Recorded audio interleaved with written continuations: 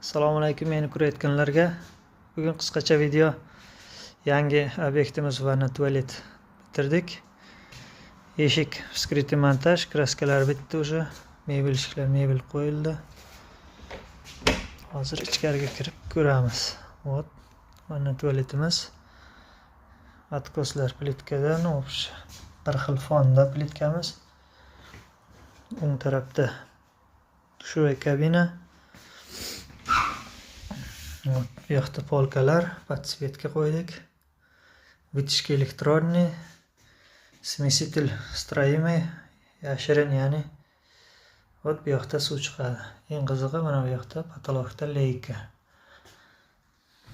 Trapga ham plitka qo'ydik.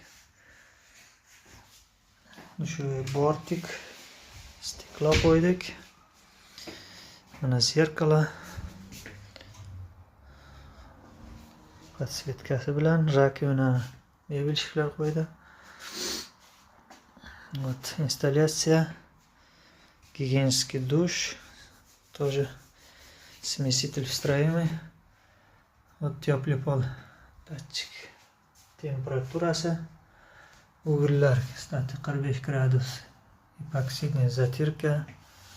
Вот. Bunday ko'rinishda откосlarimiz. Va santexnikaga kelsak, mana chiroyli qilib issiq suvga, sovuq suvga filtr qo'ydik. Kranlar elektriskiy.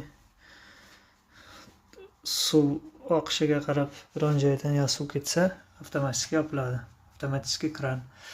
И воздух o'lchaydigan, bosim o'lchaydigan apparatlar qo'ydik. Va bu yoqda shkaf ichida Ariston. Вот. Потолок натяжной, потолочникlar qildi buni. Вот bizning ishimiz затирка эпоксидная, hammasi bo'ldi.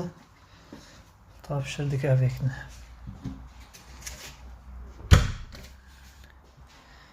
Bu yer ham bitdi. Mebel ishlar o'rnatdi, devorni kraska qildik, shkaturka, shpaklyovka. Qolgani mebel ishlanishi. Hammaga xayrli kun.